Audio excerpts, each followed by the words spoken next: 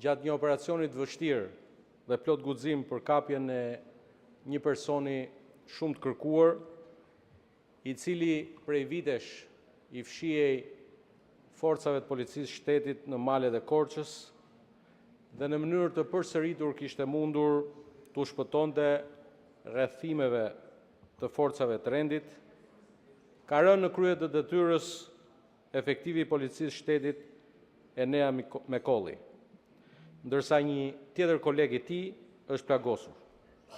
Autori pasi ka hapur zjarr ndaj forcave të policisë shtetit, ka mbetur i plagosur dhe është vënë në pranga nga policia e shtetit.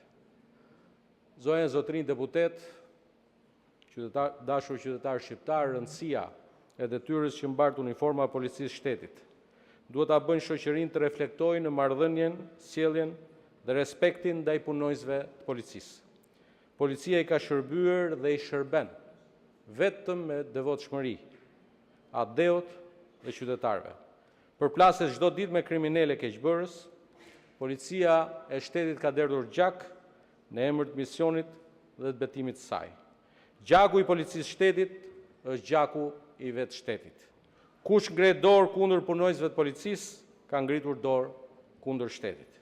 Por ulemi sot me respekt dhe mirënjohje para sakrificës së dëshmorit të adeut Enea Mekolli. Ngushëllimet më të sinqerta familjes së tij dhe po ashtu urojmë përshërim sa më të shpejt për efektivin e plagosur. Drejtësia duhet veprojë me forcën e vet maksimale dhe dënimin maksimal ndaj autorit, ndërsa mirënjohja dhe respekti ynë